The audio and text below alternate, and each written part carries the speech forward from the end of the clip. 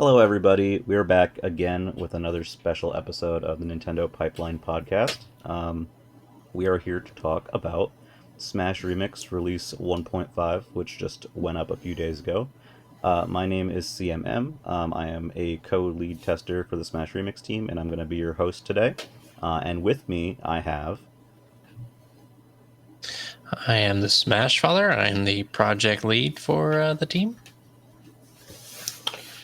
I'm Fray. I am the designer and gameplay developer. I am Pringles. I am the lead musician. Cool. So, very briefly before we start, we have a lot to cover. I just want to ask, as we tend to do, we have some people who might be listening for the first time, or people who may have downloaded the game for the first time because of this update. Smash Father, how would you, in your own words, describe the Smash Remix project? What is it? Well, Smash Remix has evolved a lot over the course of the years, but basically what it is a modification of the original Super Smash Bros. For the Nintendo 64. We look to celebrate games of that era, nowadays more so, but generally just try to improve upon while maintaining the, sanctity of the original game, adding characters, adding stages, adding features, adding music, and anything else we think will make it a more fun experience while staying true to its original nature. Cool. This update, 1.5, was, I would argue, probably one of the biggest patches that we've ever released in terms of raw content. It was, what, I want to say around a 6-month period of Yeah. development. It was. So, the first big thing that I'd like to cover today is obviously the kind of the highlight character, the roster character this time is Banjo and Kazooie. And I wanted to just talk about a little bit about why they were chosen and what the design process was behind them. I guess Ben will ask. I'll ask you that one. Fray, sorry. Oh, me? Oh, you Oh, can call me you? Ben too. Okay. So we're talking about the design process for Banjo? Yeah, and why he was chosen and kind of your thoughts on that. Yeah, I don't even know if that's super like a me question because I just was kind of helping with Banjo, but I kind of feel like everyone on the team had the collective idea in mind that doing Banjo would be like a correct thing to do objectively, and that someday we should get this done. And it's probably good that we spent like 4 years honing our skills first so that we could pull it off in the best way we possibly could. And in terms of his gameplay, um, what was the thinking? Obviously, there is a precedent for Banjo in Smash Bros. Ultimate, but Smash 64 is a very different game. Yeah. I mean, I think we kind of knew from the start that we didn't really want to make Ultimate Banjo. We wanted to do our own take on the character. Uh, Maybe like the most obvious thing that we felt was a miss from Ultimate Banjo was not having the rat-a-tap tap on the forward air. Right. It seems to make too much sense, and I still don't get why they didn't do that. They just gave him kind of like generic punch. Uh, and then I know Dom Soap was like a big proponent of Banjo early on, not being a boring zoner or whatever, which I don't really know how he plays an Ultimate super well. I have like a Banjo player in my local community, but he's cool. So I don't know, man. Uh, I just kind of like ran with the idea of like, let's make Banjo and have fun. And we've been doing it for so long at this point that I kind of just autopilot most of the rest of it.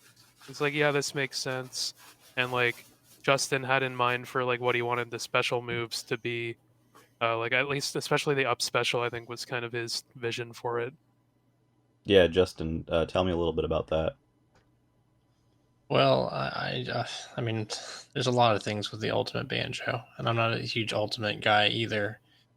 But I mean, the up special just wouldn't work in our game. I mean, like the way it's designed and requires the feathers or whatever, you can run out of them. Like that's not that's not going to be a thing for us. So I originally envisioned it almost being like a glide. So him being able to like shoot up and glide a little bit, I thought that'd be cool. We could tweak it so it wasn't like the broken glide that you might be experienced with if you played Brawl. But we tried it, and I tried coding it, and it would have been complicated to code well. I feel like it could have been done, but and then also it just wasn't good. There was like We a had a version. prototype for that though, yeah. Like it got workshopped a lot. It did, yeah. It was worked on, but I kind of started to feel like this is not going to work.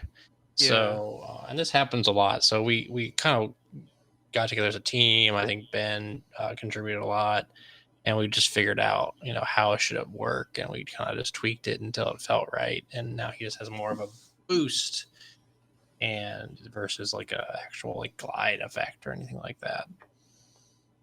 Yeah, and once we like kind of landed on the idea of like it's this dive bomb move from Banjo, and you can kind of take the risk of throwing it out, and if you land successfully, you bounce off in the same way that like kind of Captain Falcon does when he upbeats that. That's something that I felt like really stuck and kind of resonated with everyone. Because that type of thing is just like fun. You feel cool when you land it, especially if it's like, oh, I would have lost my stock if I missed, but I hit you. Haha. Like that's just fun. It's also fun to like Captain Falcon as well, to kind of chain them together. Like if you boost into somebody, bonk off of them, and then like you manage to do it again, it's kind of like this great feeling.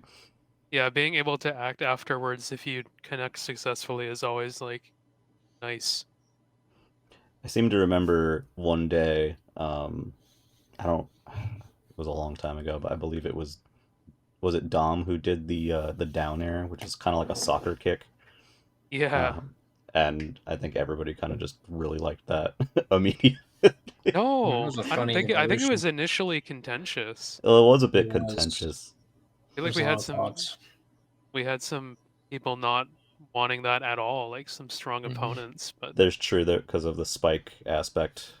yeah, it's hard not to make a spike. How many ways can you make a down air? Yeah. I don't know how they get away with it in the vanilla game, like Pikachu's down air and like Link's down air. I have a really hard time like imagining a new move that behaves in the same way as those ones. And Right. it's like, and outside of that, it's like, it's either a drill or a spike. I don't know. There's not Yeah. that many more ways you can do it unless you start getting into attacks that launch at like pretty weird angles, like a Sheik downer or something, which feels right when it feels right, but it's hard to find the opportunity to do that.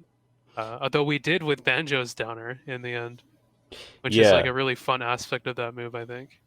And I know that was something that kind of came up during Marina's development too, where she didn't always have the drill as her down air. She had it was like a stomp of some kind. I don't even remember. Yeah, I can't even remember. We had like some kind of like snake thing going on. Yeah, it was like the multi I think stomp. did it hit sideways? It was really wild. It was weird, yeah. Tried a snake thing for both characters. Yeah. For both Banjo and Marina, there's an attempted snake style down air. And I guess we really want to do the snake thing, but we just can't we're make it work. dreaming of it. Yeah. But we think about it all the time. We go to bed at night. Yeah. The Wolverine holding a picture. Yeah. Just a picture of snakes like down air frame data. The hip You just hold it like that Wolverine meme where he like looks at It's just like that. But the final down air is I call it the Ronaldinho soccer kick. It looks like so cool. it's really great. It's also just like the most ridiculous move we've like ever made, which I think is really funny. Yeah. As a Nest main, I basically made Nest down air too, but better. And when people said this is too fast, I simply ignored them. It's still Amazing. slower than Nest down air by like 4 frames. I am people. Yeah, you are people. The disgust in that, man. Hold the L. Hold the It's L. funny and fun to use.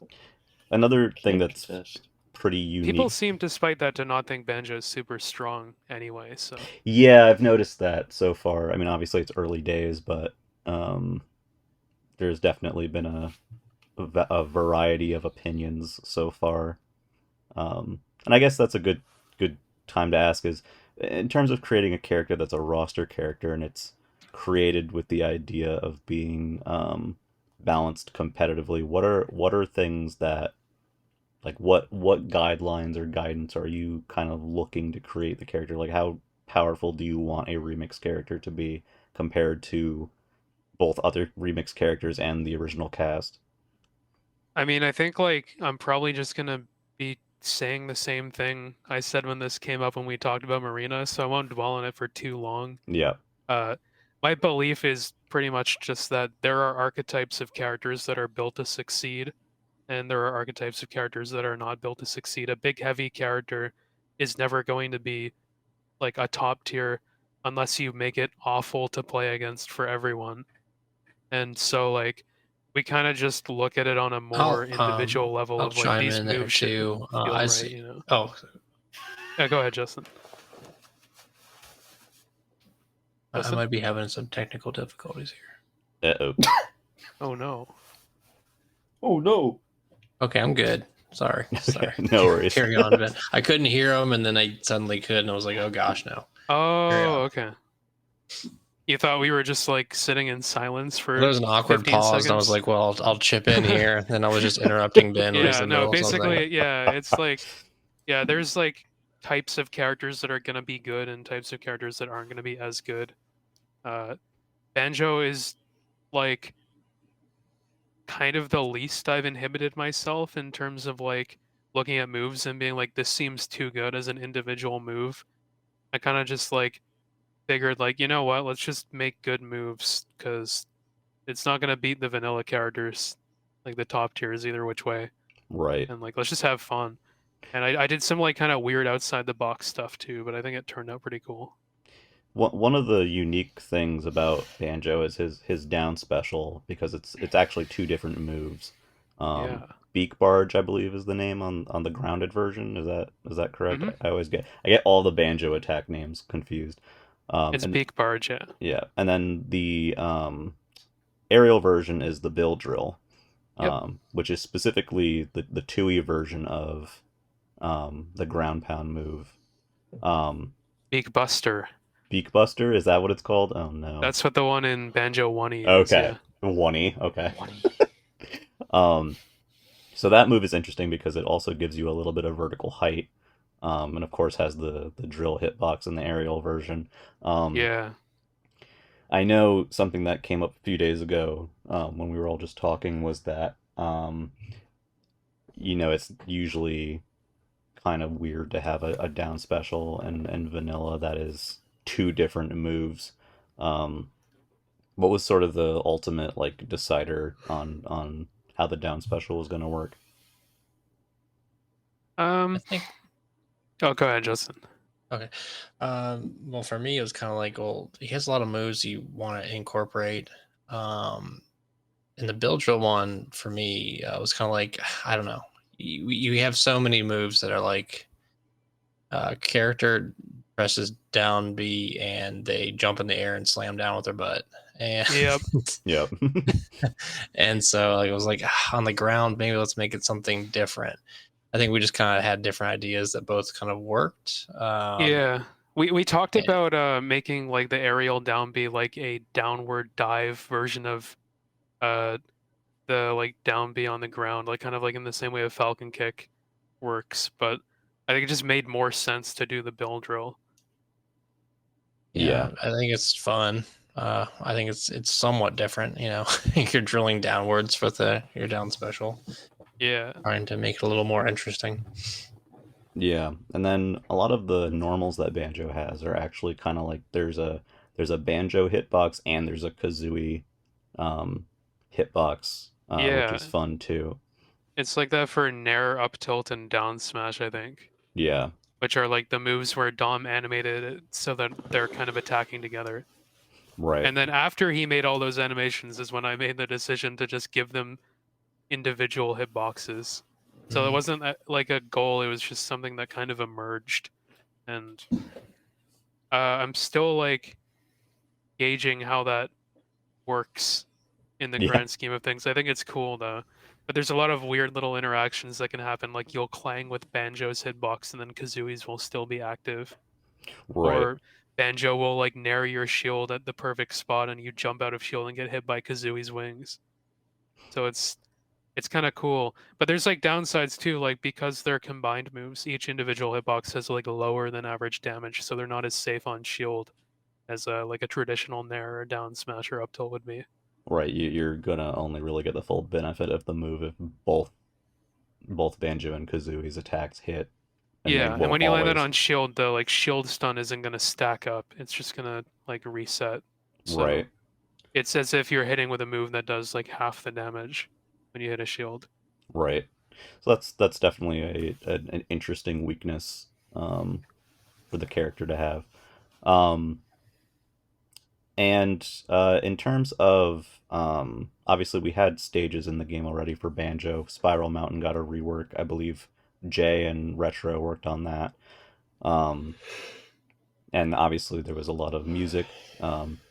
Pringles, I know you did some music specifically for Banjo this patch.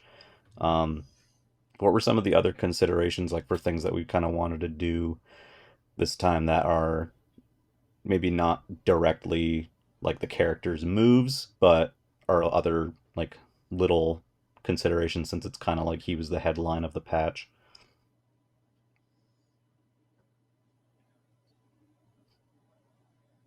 Who was this directed to? You, Anybody, It's but it you, can be buddy. you. It could be you. it's your turn. It's your turn. I don't know. It wasn't specifically music related. I got scared. Listen. Okay. Um. Well, at least for music, I really just wanted to make sure that the banjo stuff was like up to snuff. Hmm. Because before we had a Spiral Mountain track that, like, while it was, serviceable, it was very faithful to the original track.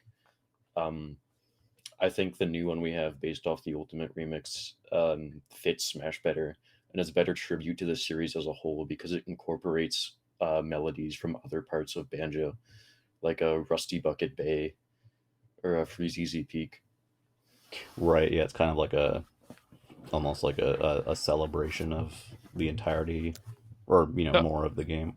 the updated Banjo stage is like gorgeous too.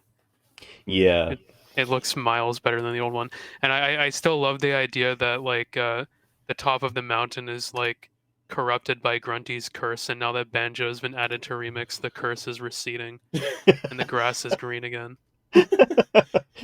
yeah, it was cool to see that get some not only a visual overhaul, but the platforms now have a bit of movement as well, which makes it, I think, a bit more interesting.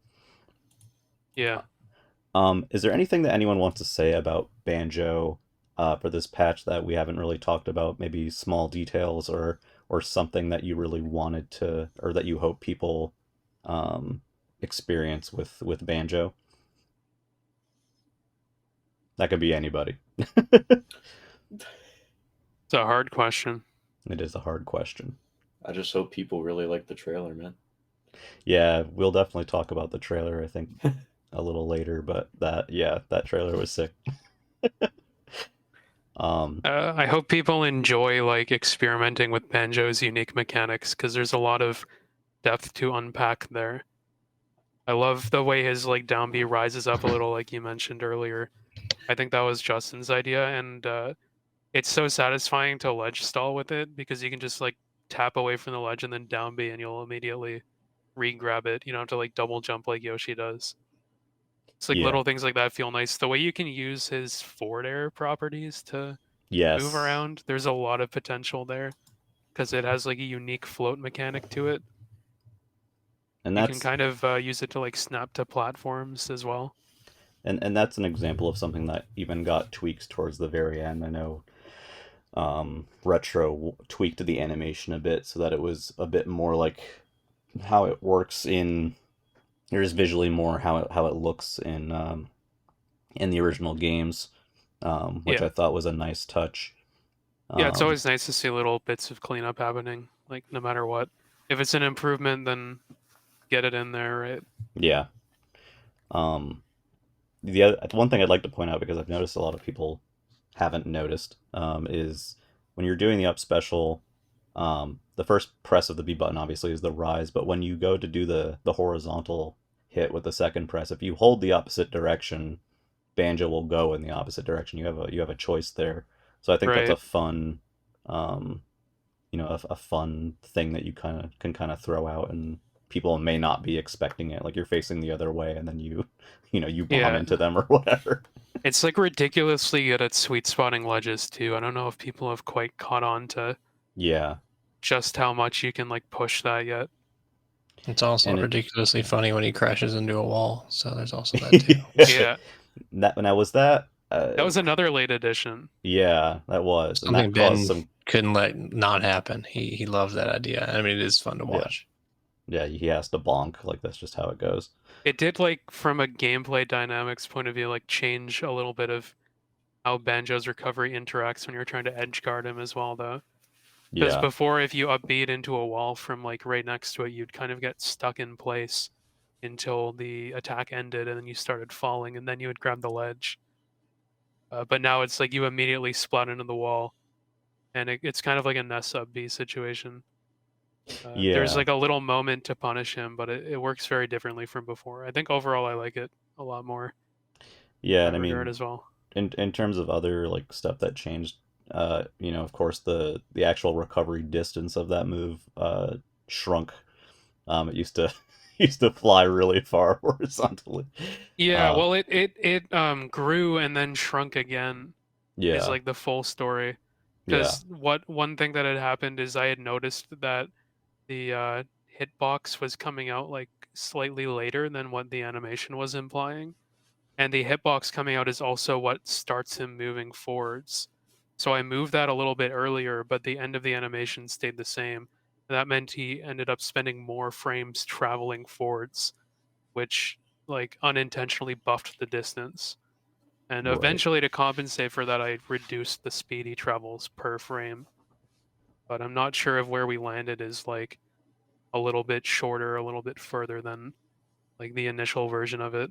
Yeah, I think it's uh, off. I mean, I don't have the best memory either, but it feels like maybe a little bit shorter, but it feels Yeah, an appropriate distance. definitely. I mean, it's still a really great recovery, Yeah. especially for like a heavy boy, because Yes. he's like around Captain Falcon weight, I think. He's not getting knocked around the screen easily, so having that dive on the upbeat is like a really good asset for him. Yeah. And I think just to add some context here too, for people who are not familiar with how the character creation process works, I know a lot of our recent characters have been sort of built off of Falcon, and then you kind of go from there. Like that's kind of like the starting point. So sometimes in development, obviously not all the animations are done, and we have what over 300 animations for Banjo in total.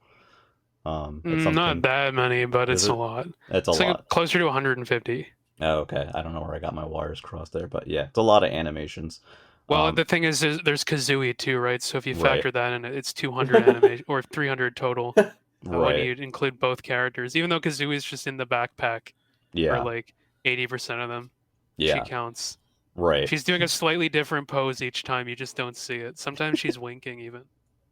There's but the point is that through the process, not all animations and moves are implemented yet, so you kind of see like funny versions of the characters, and I would Yeah. be remiss if I didn't mention the best example of an animation, which was Banjo's jab, Oh yeah. rapid jab, which may have looked a little inappropriate. Uh, I just love the having, ones that like when we like do the process of exporting and re-importing them onto a new rig with the editor we have, like they just add a bunch of extra frames at the end. And every yeah, time we make those like Falcon-based characters, the ledge animations in this game are split up into 3 parts. They're just randomly split in the middle, kind of, yeah, and it'll add extra frames to like each of those individual parts. And so you'll do like a ledge get up, and the character will start climbing up and then freeze, for like a second and then continue climbing and then freeze again. It's so Right. funny looking. So we had a lot this patch. Obviously, Banjo was the highlight. We had Ebisumaru, who's a boss form of Goemon. We had Metal Luigi, courtesy of Pringles. And the other big character, I think the response from this character has maybe been a bit larger than we might have expected, is the inclusion of Dragon King, who is basically the prototype um, Smash Bros. Character. Um, Now, I wanted to talk to you, Pringles, about this a lot because I know for you, besides Metal Luigi, this was kind of the first major character that you did a lot of hands-on animation work and whatnot with. So, how was that process for you? Like the experience making him. Yeah, yeah, I think it was fantastic. I learned a lot about like how making moves animation wise and hitbox wise like works in Smash 64, and really hone my skills there. Um, it was really fun like recreating animations from the Sakurai like game concepts video that showed off his moveset. yeah, And and it that was yeah. it was my first time like dabbling in code because I did do Dragon King's down special. Right. So something with Dragon King, I think he's a little bit atypical for the kinds of characters that tend to be included because I don't have we has there ever been a character that has been so much more specifically a recreation um of something that was unimplemented. I mean, obviously we have characters from future Smash games that have some of those attributes, but Dragon King as a whole, basically just going through and trying to recreate as much as possible from limited footage. So it's almost sort of a, I don't want to use the word restoration, but I just think it's interesting because it's a very different type of inclusion than we usually have. Um, Obviously, most of his moves we saw in there, and there were certain moves that he didn't have footage of that we needed to make up, for lack of a Mostly better. just the specials, though. Yeah, mostly the specials. So I guess yeah, let's talk about the specials. I think those are the most interesting for him. Um, the neutral special is the the Dragon Ball, I think it's called internally, right? Yeah. There's a That's what they sheet. called it. Yeah. Yeah, there's a sheet that Sakurai shared of a bunch of different possible attacks, everything from laser eyes to machine gun fingers to you know all kinds of stuff. And I guess if you guys want to talk too about why why why were the moves chosen that were chosen? I've seen a lot of people asking that, like, why did you give him that ball? Why did you give him the health absorb thing? Well, you got to think about what's going to work, flow as a package together. You got to think about, the work you're going to have to put into the move and coding it and what's going to look like.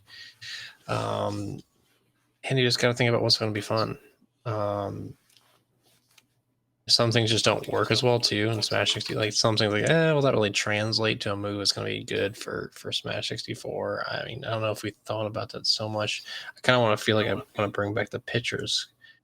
I want to take a look at the pictures of Dragon King's moves, but like specifically like the neutral special, I feel like that one was one I pretty much thought up. And if you look at there's an image that you can look up that shows these different moves.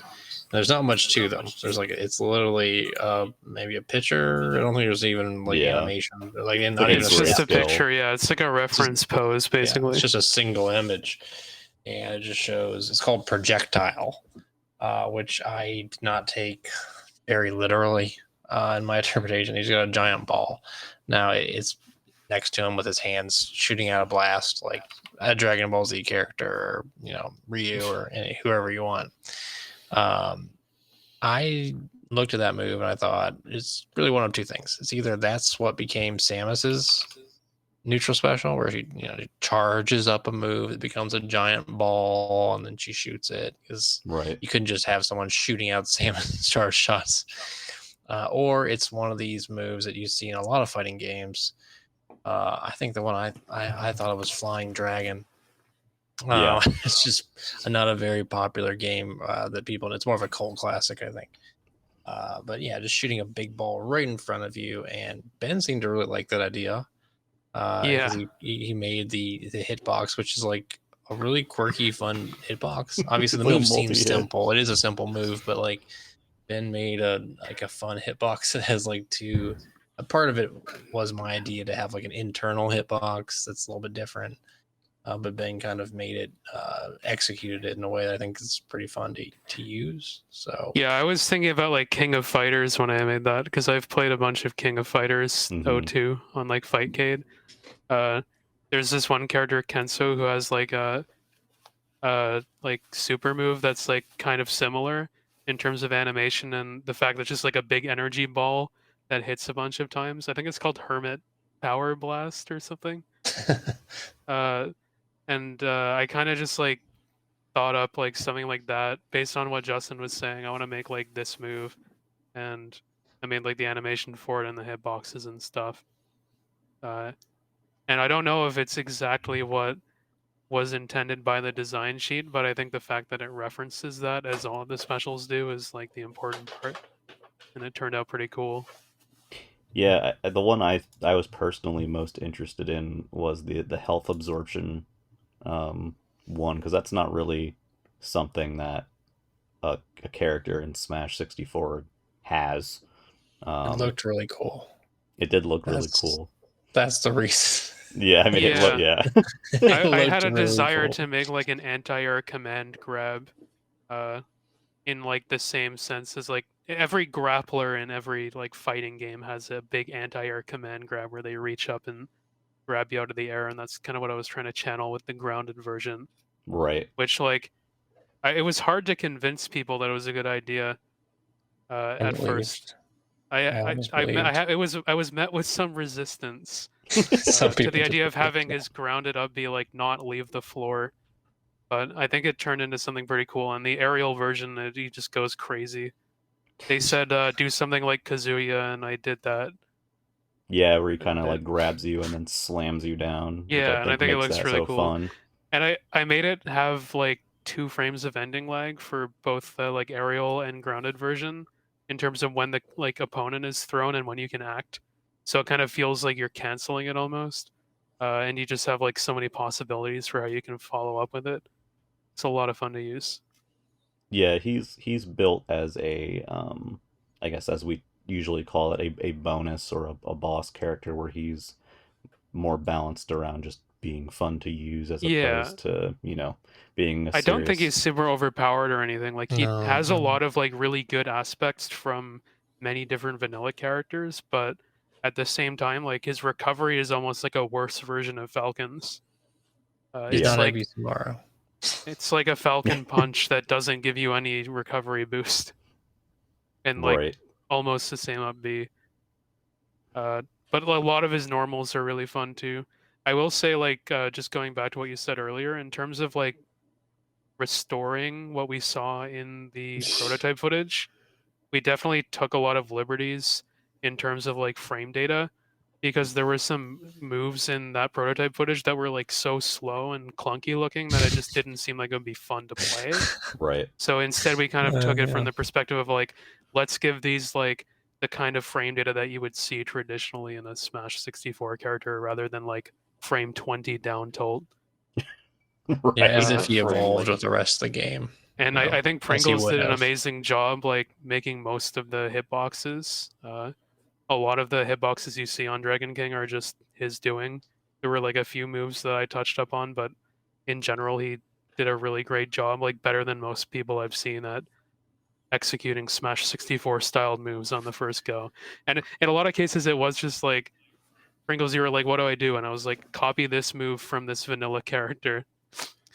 Which like eventually became you copying Yoshi's up tilt hitbox, which is like my favorite part of the character.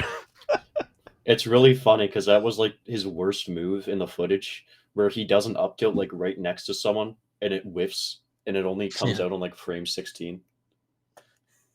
Yeah, and it turned And into now like it's like, his best move. yeah, That would have been rough. Yeah. Even I know what Pringles you handled his Nair animation if I remember correctly, Yeah. which is not, from what I recall, also had adjustments made to it to be less, you know, glorp as we would probably I say. knew you would say it. I was just waiting for it. Less glorp than what was in the footage. And others, I've seen some people asking questions about this, like, oh, are you guys gonna, you know, change some of his animations to maybe be a little closer to the footage? No, that's, you know, it's an intended Deliberate. change to make him fun. And when he came out at the end of that trailer, which I guess we can talk about next, there was a big response from that. Now, of course, that's probably boosted a bit by Sakurai's YouTube channel and that video that he posted, really showing the footage off more. But I think, was it fair to say that you guys are maybe a little bit surprised at how many people actually like knew what it was at I the first was. drop? Yeah. Yeah, I I thought knew some that a lot of would have people no knew clue. about it, but I didn't realize it would be like the majority of people understood what it was. Yeah, I didn't see as many. Who the hell is that? I mean, hell, I feel like Goemon and more. Who's that? Yeah, and even when people don't know what the Dragon King is, as soon as they like get the concept, they seem to think it's cool. Like it's been widely appreciated, which is always nice to see. That's something that was also, I think, true to a point with Ebisumaru in the trailer as well, where we kind of intentionally had the trailer open up, you know, being the same setup as last time, and this being this weirdo character, and Yeah, you know, the initial live chat reaction was like, "Who is this? And why is he here?" And then some of them started changing when they saw his moveset, and they're like, "Oh, oh, dude, I saw oh, every reaction video I saw was like that. It was like, who is this guy? Oh damn, this guy looks kind of crazy. yeah, Like I would go and watch Smash Remix like Let's Plays, and like I saw more Abyssumaru, I think, than like Dragon King or Banjo somehow, which was like impossible to me in my head. yeah," I mean, because But then I'd go on like a Wizrobe stream and he was playing exclusively Abyssumaru. that was great. That's I mean, the awesome. thing is, like, Smash has always introduced characters to people that they wouldn't have otherwise gone to know about. Yeah, Like, Mm. so many of us learned about like characters like Ness or the Ice Climbers or the entire existence of Game and Watch or Fire Emblem because of the inclusion in Smash. It's what like helped skyrocket those characters' popularity. So I don't really understand why people don't get excited when they see a character that they don't know about. I guess it's just because yeah, there's a lot of like hope for like I want my character that I love to be added. yeah. Who even Everybody is has a this? favorite, you know, dream character that they want. But I But I agree hope with that you. people will approach it with an open mind and learn to appreciate uh, our little Yeah. goober Abyssumaru, um, our precious little donut. he's something. So the trailer was a pretty, I would say, ambitious project in and of itself. Um, how did you guys think about and consider about, you know, structuring this thing? Like, what was the role like? Um, each trailer, each character reveal trailer kind of had their own genesis, and then they all had to flow together. Um, I know Fray, you did a lot of work on the Dragon King reveal. Can you kind of talk a little bit about some of your thought process on that?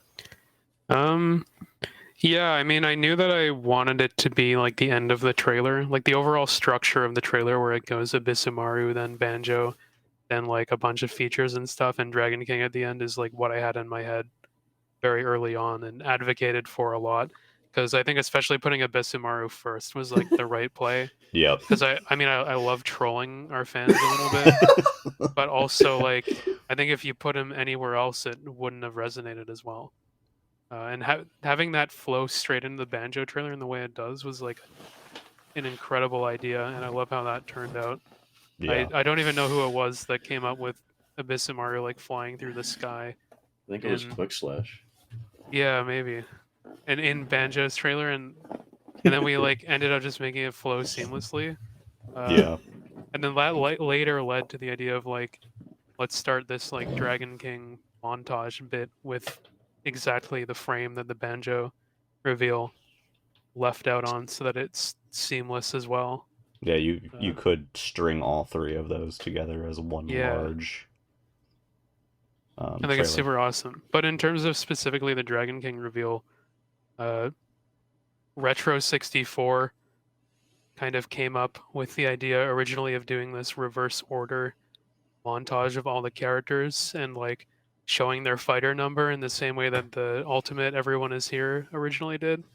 And Yeah. then like kind of taking back to Fighter Zero. And I took that general concept and turned it into more just like a kind of celebratory montage of all the Smash Remix content and trailers that we've done so far, just to kind of look back at where we've come. And I incorporated that Fighter Zero thing into that little flash that you see on screen, Right. which is kind of just lends itself to the whole kind of like creepy, mysterious vibe that I wanted to give to that trailer. It Yeah. just like felt right because he, like, service level is kind of like a creepy looking character. It's just Yeah. this like faceless He's a polygon mannequin. man. Yeah, basically. Yeah. It's like Yeah. so like yeah, I came up with this idea of like having like everything kind of fade out, and like Dragon King sort of like appears. Originally it was like he was gonna appear in Mario's thoughts. And like I couldn't really find a good way to convey that. And so I kind of reworked it into just like being there in the distance, in the shadow realm that he pulls Mario into, or however you want to interpret that. Right. I just kind of like workshopped it until it felt right, and I wanted this general vibe of like kind of creepy and ominous, like bordering on like horror type vibe, and like He's very unsettling by nature. and then like yeah, that like final like reveal shot of him when the camera like pulls out from in front of Mario, and he's like standing there behind him like he's about to give Mario his final test or something. And you Right. have that like far out shot of them facing off. I think that's like the one thing that I had a super clear picture in my head of early on, and I'm glad that it came out the way it did because I think it's Yeah. super cool. Well, let's not forget to mention that there was also clips from every trailer, but since like Ganondorf and Young Link really didn't have that, like there was also some handmade, non-existent trailer material. Exactly, yeah. Well. Slash made so many of those, and like they all turned out well. And Pringles helped make like a couple of them. I made one. I even got Retro to make one, which was kind of really funny. He just like turned up in the call while we were all working on the trailer, and I think he kind of just like said, "Oh, I don't really have anything to do. It feels weird." And I was like, "Okay, bet." Now you do. Do this. He made the shot of Captain Falcon and his blue falcon, and it Yeah. was Good. like quite the endeavor because he chose to do it in Blender for some reason, Oh and my ended up gosh. like causing a bunch of problems for himself. But it turned out looking good. I've So, I've Yeah. seen What matters? I've seen a few people now remark that they thought that our trailers were like done entirely in engine somehow. No, they're not. no, No, That'd they're be not. impressive. there's would be parts of it amazing, that are in engine, Yeah. and like Yeah. the Wario trailer originally that was like an in-engine one. Right. Yeah. And obviously Yeah. there's cuts of actual in-game Yeah. gameplay and footage. Yeah, so what you see in the trailer is like animation that has been made in Maya with like custom lighting to try to replicate what the game looks like. But like, you know, it's just a lot easier to like control the camera and the scene doing Yeah. it in animation and not like in the game. And then you also see like in-game in-engine shots of like character gameplay that I do with like a custom camera script to throw in there, because that's definitely like what they're doing for the real Smash trailers too, is they do all these unique angles to showcase Right. things with. They use their dev tools, yeah. Yeah. And then for this trailer, it was actually a little bit special because not only was there a special song for Ebisumaru, Dragon King got a special N64 version of Happy Together, and Pringles, you composed both of those. So, what was your thought process going in, and why did you feel so strongly about using those? So Ibisu and Osaka, like I almost didn't do it at first just because it's like the whole process of transcribing a big band song, which is a very heavy task. Yeah. But like it was just so fitting for him. And I like he seems like so narcissistic and self-indulgent that I feel like a song where it's him singing it to Yeah. his own reveal trailer was just like too good to pass up. And for Dragon King, I was a little hesitant on Happy Together at first because like it's a song under a record label. Yeah. So it could cause issues, and I had to like consult with Justin quite a bit to see if we could even like get it. We ended up doing a test upload on YouTube Yeah. to see what their content ID system would say about it. And to our surprise, it said this content is allowed by the owner to be used on YouTube. Well, apparently the turtles were cool with it. And I think it was really worth it in the end because if you go on the comments, you see a bunch of people appreciating how it's like a love letter to Smash 64 as a whole. And I've had a few people say that like it brought tears to their eyes. I think I've watched the trailer way too many times, and it still kind of gives me some goosebumps. Shoutouts to Dark Horse for coming up with that Happy Together idea. Great idea, Dark Horse. Resident good ideas, man. Dark Horse. Like the initial plan was I was gonna make the montage to like the credits music or maybe like the Brawl remix of the credits music, but after seeing Dark Horse's original idea was a Green Day song. True. After we decided that idea was too great for us to handle, yes, too much. His next suggestion was Happy Together, which turned out like to be perfect. Like once the like montage came together and all that, like everyone who saw it was like, like this could not be any other way. Yeah, I think that was just the most fitting possible. This feels right. Yeah. Mm-hmm. I was still hesitant on it by the time I'd finished the song, but like when Ben sent me like a preview of the montage and it goes into like that kind of reprise at the end of the song. Yeah. And you see like Falco running and stuff. That was great. Yeah. And that's when I knew we had to have it. When I saw Falco running down that hallway while Happy Together by the Turtles plays. That just like in the original Star Fox intro. I'm being unfairly represented here. No, I'm just kidding around. But I think it's great. And this is the first time we've done something like this where we get poor Pringles to make a whole song just for the trailer. And he ended up doing it twice, which is just wild. Yeah, very record time as well.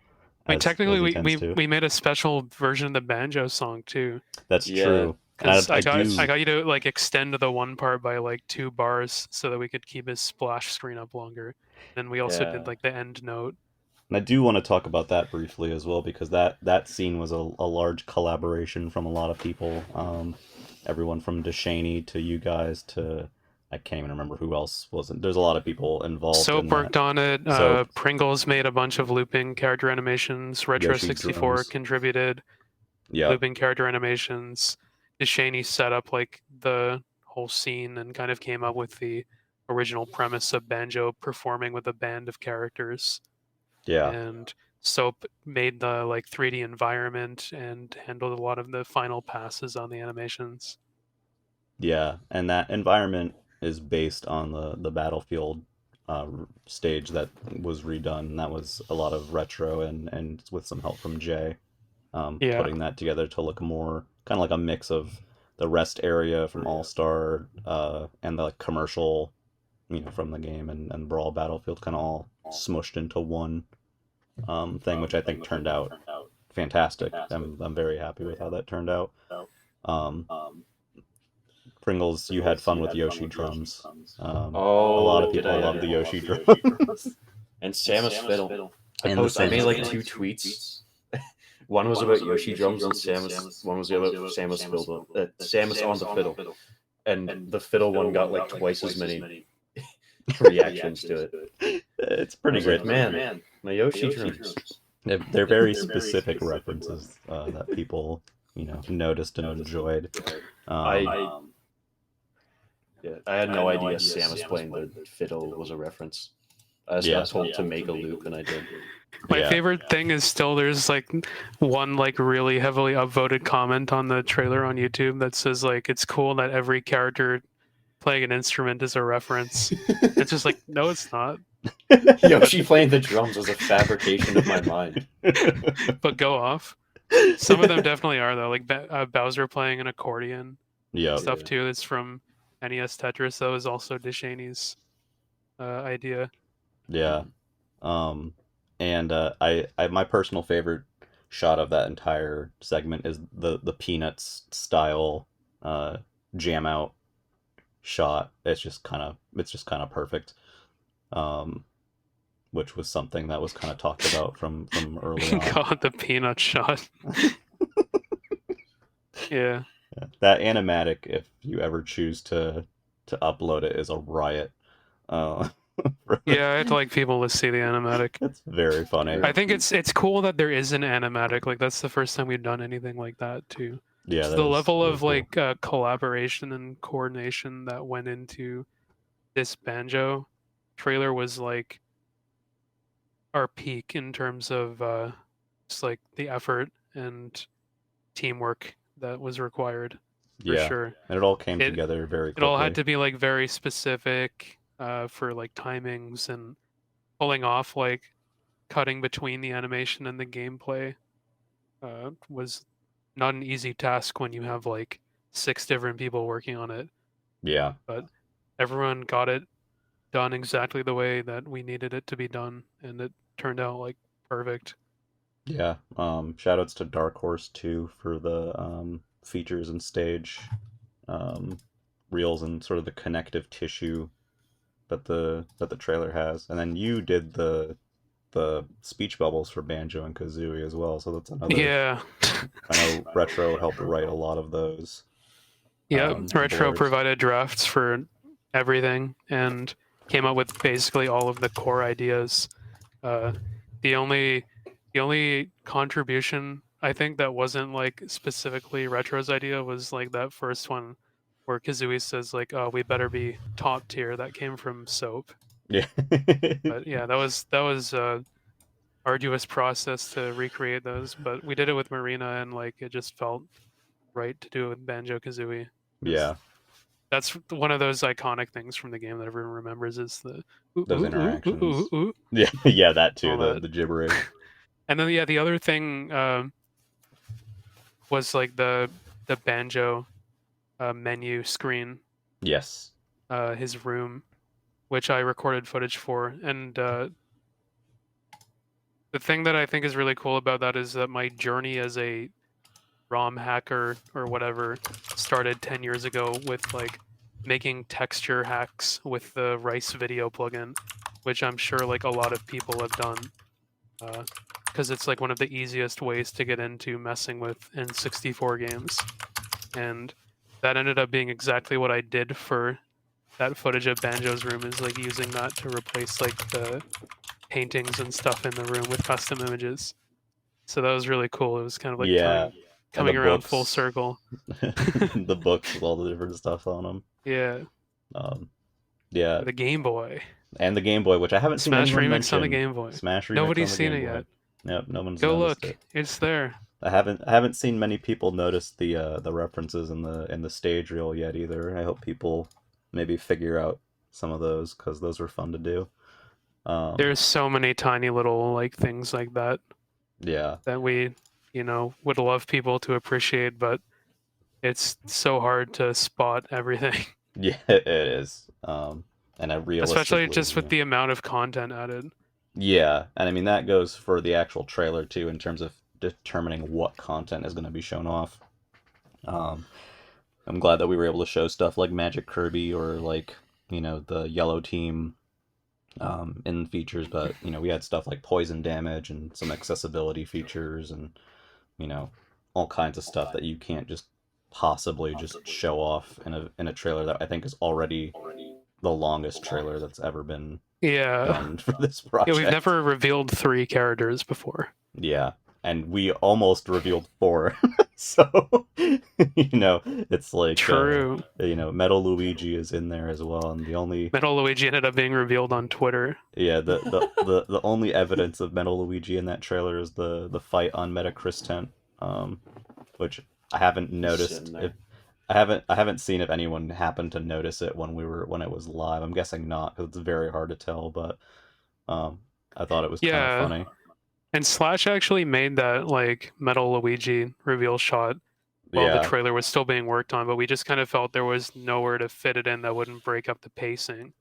they just Um, happened to choose the anvil sound from like the Crash Yeah. title screen, which It was makes so- me laugh it every was time. so brilliant. It was so good, and it worked perfectly for like Twitter A too. weird It's like Twitter a perfect reveal. Yeah, tweet clip. yeah, it was great. It's my favorite. Also, I just wanted to mention, like you said something very early on into this discussion about how this might have been the biggest patch ever. I was curious about that, and you can actually look at like code frequency on GitHub Oh on yeah, our public repo and see like spikes for when all of the additions are made. And in terms of like code additions and all that, it actually did end up being the biggest spike on the graph, oh wow, okay, yeah, I which see kind of that. surprised me. I thought it would have been like one of those earlier updates, but like Yeah, with all the new modes and stuff. But I mean, there really is just like so much to unpack in this update. So many like little features too, right? yeah, Like the small like gameplay things, the new items, the P-Wing and yeah. the Kathy's Dango that P-wing. Abby can spawn. Yeah, Kathy's like magic Kirby hat yeah. as well. The Greg's or Halo's charge smash attacks. I know Yeah. those were shown in the trailer, but we have the full Pokeball control now, and you can even make item crates like never explode or always explode or whatever. There's a lot going on. Hence why the patch notes are very, very, very long. And testing all of it was Polygons. difficult. Yeah, the polygons as well, which were not a small task. There's 8 new ones. So there's a lot of that going on. As we kind of approach the end here, I did want to cover one more topic, and that is the music, because the music is something that obviously we can have some music in the trailer, but it's one of those things that's like kind of hard to give people an idea of just how much is there, and we do have our lead musician with us this time. So I kind of wanted to ask you, Pringles, how do you feel about what you guys were able to accomplish with the music this time? What was your goal for that, and do you feel like you were successful?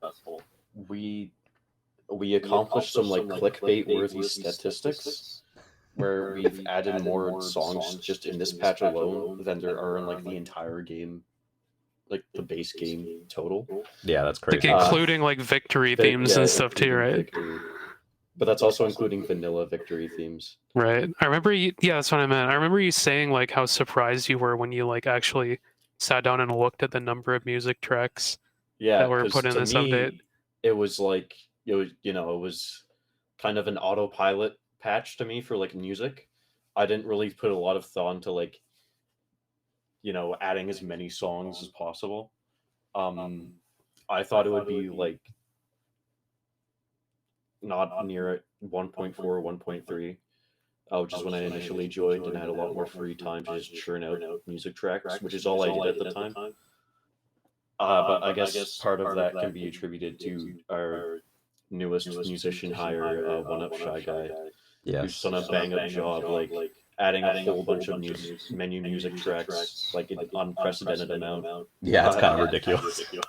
It ended up being that there's like twice as many new tracks in this patch as like the next biggest one for music, right? Like it's pretty wild. It's nuts. I think another part of that is just like your work on the music kind of sent waves through the team and inspired other people to like make more, because there were like contributions from like everyone. Yeah, Mosky came back for the Whizpig track at the very Which end. is still like incredible to me. Like you're able to resurrect some people who had not contributed for like years. Fray, you did the Yoshi song. That might be one of my favorites in the whole patch. There's some wild stuff going on. And Yeah.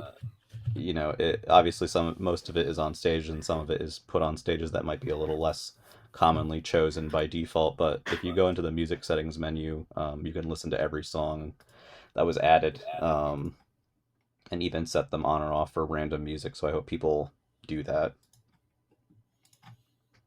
My favorite part of the Yoshi track was that Pringles didn't know what ska was initially. Listen, And then my way of communicating that was saying, "We are number one" is ska. yeah, he like joined back in VC after he said he was going to bed, and he was like out of breath, and he said, "I figured it out. We are number one. That's ska." And then he left like soon after. Important and I can't life even. lesson. But the worst part is that he was completely right. Yeah, it was awesome. One thing I do want to mention about music is just the vocal tracks this update, which is not Yes. something we've never done before, and maybe for good reason because it did take up like 1.5 megabytes just for the vocal instruments. But I think it was worth it because now we have like the DK rap, which to many will be like a surprising addition or like a special song to them, as Yeah. will like Yoshi's song or even Roll's theme, which was like a quirky ad that I almost didn't include. Yeah, there's a lot of people I've talked to, surprisingly, a lot of people I've talked to that were very excited to see stuff like Roll's theme in there with the vocals, or even the Toho song, UNO, and was here, or was her. That one I've seen some reactions to, the Talent Studio medley. Lots of really cool stuff in there. The Shantae music, of course, got a reaction. And that stage that Soap did. The day-night cycle, dude. The day-night cycle The stage. medley that syncs up with it. Yep. It's so cool. That's something that never had been done before. Even I think maybe Justin's possibly most the project that Justin kept coming back to this entire cycle, which was the Kako Demon in Spawn Fear. Yeah, that stage broke a lot of new ground. That has the acid and that, and I know every other day it was like, all right, Kako Demon is fixed this time, maybe. Yeah, that stage also broke a lot. Period. And I was kind of surprised that Justin like didn't resort to just deleting it out of frustration, because every time we put out a new patch, it would immediately have like another crash related to it. Well, the reason is, and this is just for anyone's reference who's listening to this, that is the fan-submitted stage. It was. It's been a long time since the fan-submitted stage contest happened, but we've been trying to make this stage come together. And the Doom stage is that creation. Now, originally, it was submitted as a Metroid stage, with that being, I think, Mother Brain. Yeah, it was like a Mother Brain Torian. It's gonna be. I think Mother Brain was supposed to just be like in the middle, and there was supposed to be like turrets on the corners. Yeah, there were turrets, but like the turrets became the Kako Demon. But in reality, like we never the stage contest. Now I should have cleaned up the image that was supported so people didn't think it was going to be. But the stage contest was never about like themes or the characters or anything like that. So, we did not use the Metroid theme. We went with Doom because we didn't have that. And I'd like to think that we implemented the gameplay ideas pretty well, I think. They evolved from what that person originally, and they're credited in the credits. I'm sorry, I can't remember your name offhand, but they're in the credits now, as was agreed. But I think from what their original vision was, it probably evolved. But that's how if you were to come up with a stage idea on our team, this is my idea. Like it often evolves, and it's not exactly how maybe you first pitch it or think. I love how the Kako Demon turned out. Yeah, I think he's fun. He's a little demon. It's really funny that like he just appears and is just there like harassing you until somebody goes to deal with him. Like that's so funny. Like that's the only hazard I can think of that's like that. Usually it's like something that'll come in and harass you for a second, then go away on its own. But the Kako demon is like you have to go put a stop to him, Yeah. which is really funny. I've had like free for all matches on that stage where someone's just like, "All right, guys, I'm gonna go kill him." Yeah, and you always try to kill him, and he's a lot harder And he to just kill hits than you. you think. Yeah, Yeah, He's like fast. He's a across the fast stage. little bugger. he's a fast pain in the ass. He used to be even harder. Yeah. Um, the stages in general this patch were plentiful, and all came together really well. Heron worked really hard on Poke Floats, which was probably like was the other stage this patch that was like never-ending saga of Poke Floats and getting that to work, and a lot of Heron's people like came together on that. work ethic and willingness to take feedback and revise until everyone is like happy with it Yeah, is like almost, I would say, unmatched on our team. Like that stick-to-itiveness is yeah, extremely impressive. The Quite same the thing happened with the grind. snowboard kids stage. yes. It's which like yeah, I think we were like most of us were kind of feeling that we weren't going to be including that one yeah, because it just wasn't shaping up well. But like Heron just kept at it, and it eventually turned into something really cool. I yeah, think especially when that like bottom area was added, the little fight pit. yeah. Like Those yeah, kinds of parts of stages are always really fun. It's why I love like the Jet Force Gemini one too. yeah. I And the like music on that that. stage just slaps.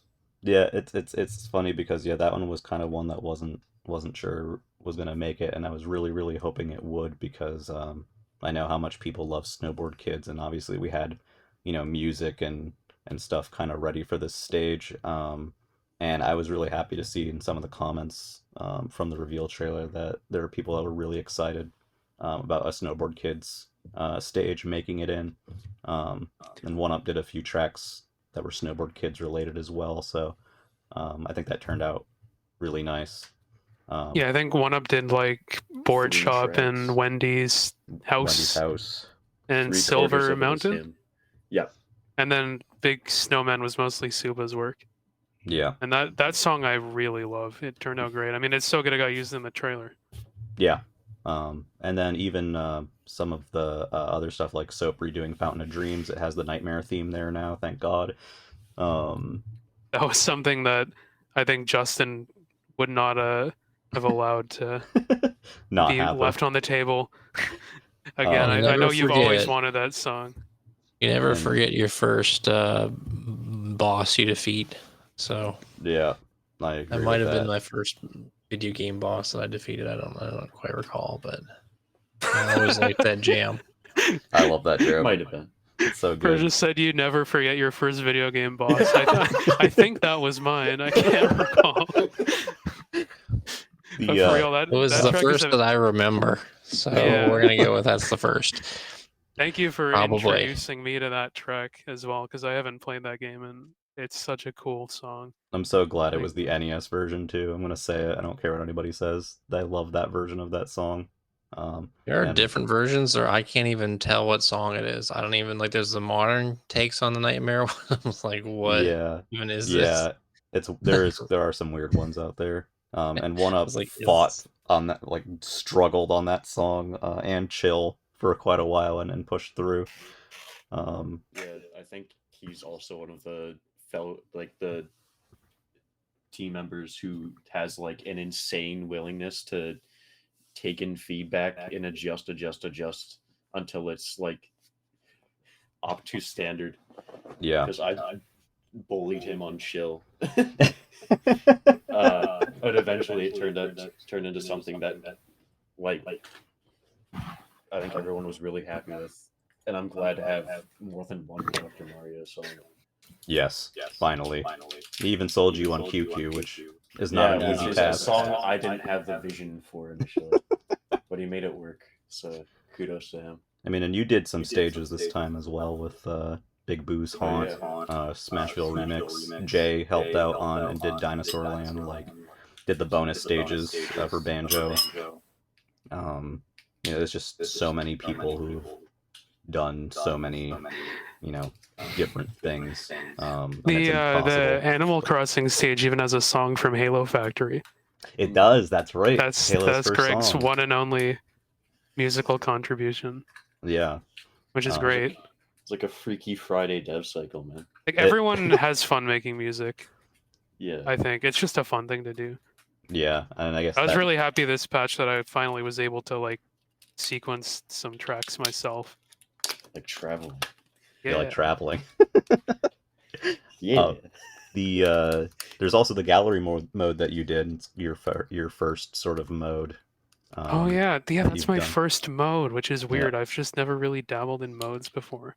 I mean, it's pretty simple. It's simple, but It took me an very cute. afternoon to code it for the Yeah. most part, like the main features of it. Yeah.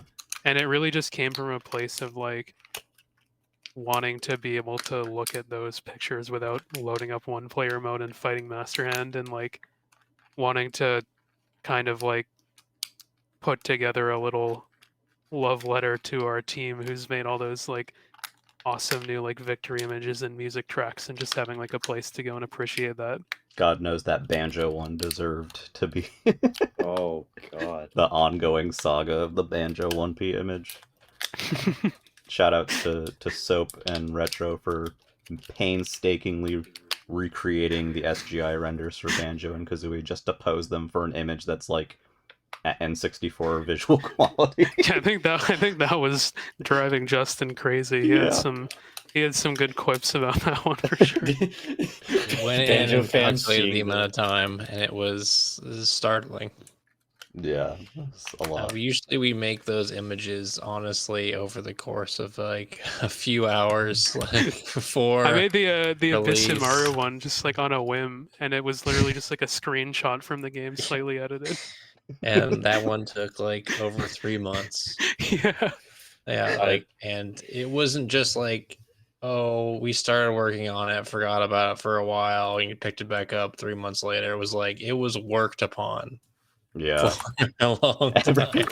Every day in Dev VC for a while was just them working on those models slowly. Oh, we got his belt wrong? We put his didn't I think they put his belt on inside out at one point or something. I can't even remember. There was something like that happened, and it was like, no, we got to do it again. Maybe I'm spreading misinformation.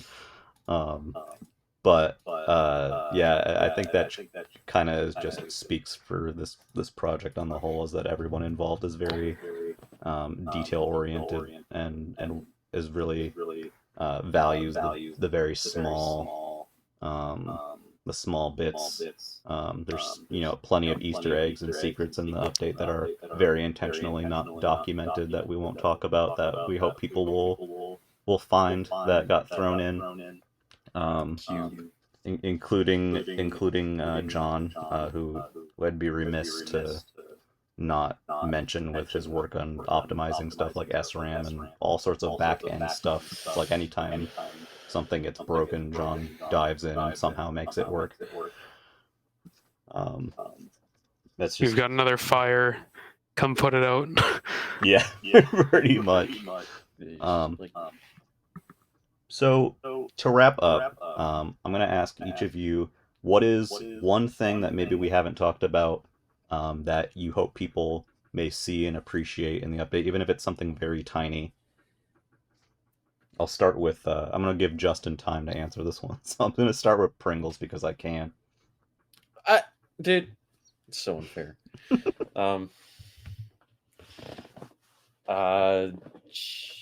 Jeez. Put him on the spot. Here, I'll do one. Okay. So Thank we updated Remix 1P, everybody. It happened. I hope you did, because it took a lot of freaking work. We chiefly one thing that I think was hard to do is the bonus 3, basically. Whatever you like, erase the that took a lot of work, and ultimately Pringles took it over and made it happen. But we had just a lot of people trying to make something work, and it's just an awkward stage. It's just hard to make fun based on how just what we had, and I think it ultimately turned out pretty well. And then of course Giga Bowser is different now. We've added some things to the doubles matches you can look for. Yep. Hopefully you'll get them randomly. I think it's just better. It's a more fun experience. I think Did I change the difficulty? I'm pretty sure I changed the difficulty. At some 6 point. months is a long time, kid. 6 Yeah, months is a long yeah. time. It's a long time. So yeah, that's something we didn't mention, and that maybe we now we have. So somebody else. I've got one, but Pringles, if you want to go first, just in case we are going to say the same thing, I can come up with something else. It's up to you. All right. Well, I was going to say, if people look at the PAL version of Jigglypuff now, you'll see that it has stopped being Jigglypuff, and someone has gone into the settings and switched the language to German and evolved it into Pumaluf, which is nice to finally see, because Rondoudou has had, or not Rondoudou. Rondoudou is dead. Rondoudou is what you wished for. Rondoudou is never making it. I meant to say Purin has been chilling in remix for a long time with unique Japanese voice lines and all that, but the European one we kind of chose to just leave it English for a long time, and I'm glad that one of those variants finally made it in. Oh my love. It's my turn. Was that yours? Yes, it is. No, it wasn't mine. I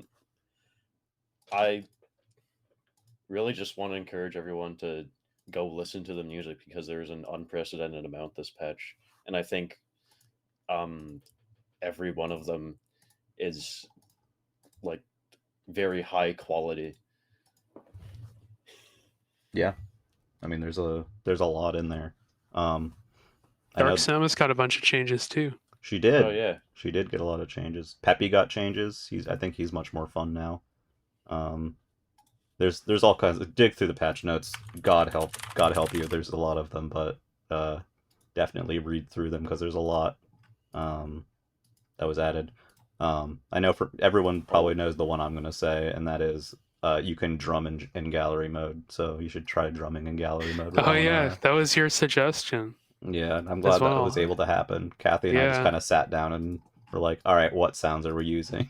Yeah, no, I love the idea from the start. It made me think of the Nintendo DS sound, the DSi sound, drumming in there. That was the thought. And the fun fact is that the cat noise that's in there is actually Kathy's cat Link, who meows. So it's an actual cat that meows. Recording. It's a real cat that meows. So it should have been me. It should have been you meowing. Is there still time to audition? We can add that. I'm not going to start meowing in the podcast. I changed my mind. I think my favorite change my answer. I think my favorite is either the Falcon Punch Kirby drum or the DK drum, which I wanted so badly. The Falcon Punch Kirby one is so great, because like the classic Dreamland remix. Yeah, and someone immediately posted themselves recreating it, which is like exactly like what I wanted to see. Yeah. Is it too late to change my answer? You can change your answer. Go for it. I said multiple things. I just randomly interjected with Dark Samus. Let's keep going. No, I wanted to point out this new Smash logo transition on the versus screen, when you're going to the results. Because I don't think anyone would even notice that as a new feature. But it's something that John insisted upon, where we would add a new transition. And shoutouts to Subdrag too for enabling us to do that. Mm-hmm. If there's anyone who's a huge contributor to this project who's even more invisible than John, it's Subdrag. Yeah. Who made the editor and pretty much facilitated all of this stage and model and character animation editing to be possible for us. Yeah. And I think our team is eternally grateful to that. There's a list of people that feels like it's always growing that I think of as this project wouldn't be possible without them. But Subdrag is a name that is always going to be right at the top of that list for me, next to the Smash Father. Yeah. There's just so many people. And so many things that we could talk about forever, but we're already going longer than anticipated. So I think it's time to wrap things up. You can elaborate more if you just want to talk about positive things about me. We can always do that. You can drag this baby out if you got any nice. No, I'm just kidding, but thank you. It's a lot of work from a lot of people. I think ending this episode, first off, I want to thank you guys for taking the time to hang out and meet up for this episode. I know it was kind of like a bunch of different days, and things kind Oh of. gosh, yeah, we kept talking about recording it before release, and Yeah. I was like, I'm still working. Still working on the trailer. I don't have any time. All of my time is going into the trailer. And then like there was a couple days where our YouTube channel was deleted, which we That's haven't true. even talked about today. Yeah, but we actually didn't acknowledge we were that. like, we were kind of joking, like, oh, the podcast is gonna be real weird now. But Yeah, thankfully that's back. Of course, thanks to all our fans for making noise on social media, which is known to be the only way to get YouTube to listen. Yeah, and to their credit, they did, and it was Yeah, reinstated. they even brought back the Sonic trailer. Yep, the Sonic trailer had been taken down. Which a few I don't months even ago. know how many people knew about that, but it got taken down and our appeal was rejected in the same way. I think But I we checked. didn't make a big fuss, right, over that one. We just I kind don't think of were so. sad about I it. think maybe there was like an attempt at the appeal, and it was like the Robo. Yeah. Whatever. There was a little bit of a complaint on Twitter that time. Quick Slash Just wasn't loud tried. enough. Yeah, Quick Slash tried individually, and maybe a few people said some stuff, but no. Anyway, on the scale. Thanks to everyone who Yeah. brought that to attention, and thanks to the folks at YouTube who looked at that and decided that our channel was allowed to exist. Because to live. without whoever greenlit that, I mean, we'd have lost all those comments and everything, and Yeah. this would have been sad. There's so sad many days. really kind and positive comments, both on this trailer that we put out and all the other ones in the past that are, I think they're really important. Like the videos can go away, but the comments I think are the thing that are the most important.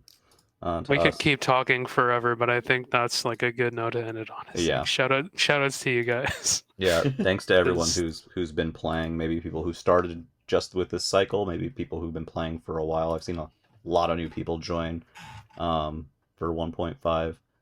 Thanks you guys for being here and making the time.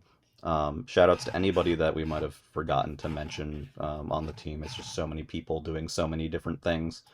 Our play testers, I would like to thank you on behalf of of everyone. I'd like to thank our playtester team who came in and did work and had a lot to test. And I'm still stunned at how few bugs are in that we've noticed in the release. So thanks to you guys as well. And yeah, thanks everyone for being here. Thanks everyone for listening. And we will see you next time with another episode soon. We will catch you next time. Bye-bye. Yeah.